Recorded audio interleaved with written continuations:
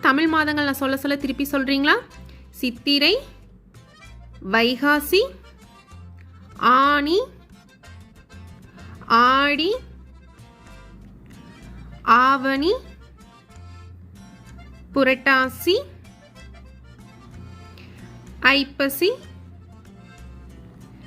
கார்த்திகை, மார்கழி, தை, மாசி, பங்குனி. சரி, கடைசியாக ஒரு ரிவைஸ் பண்ணிக்கலாம். சித்திரை, வைகாசி, ஆனி, ஆடி, ஆவணி, புரட்டாசி, ஐப்பசி, கார்த்திகை, மார்கழி, தை, மாசி, பங்குனி. தமிழ் மாதங்கள் நான் சொல்ல சொல்ல திருப்பி சொல்றீங்களா?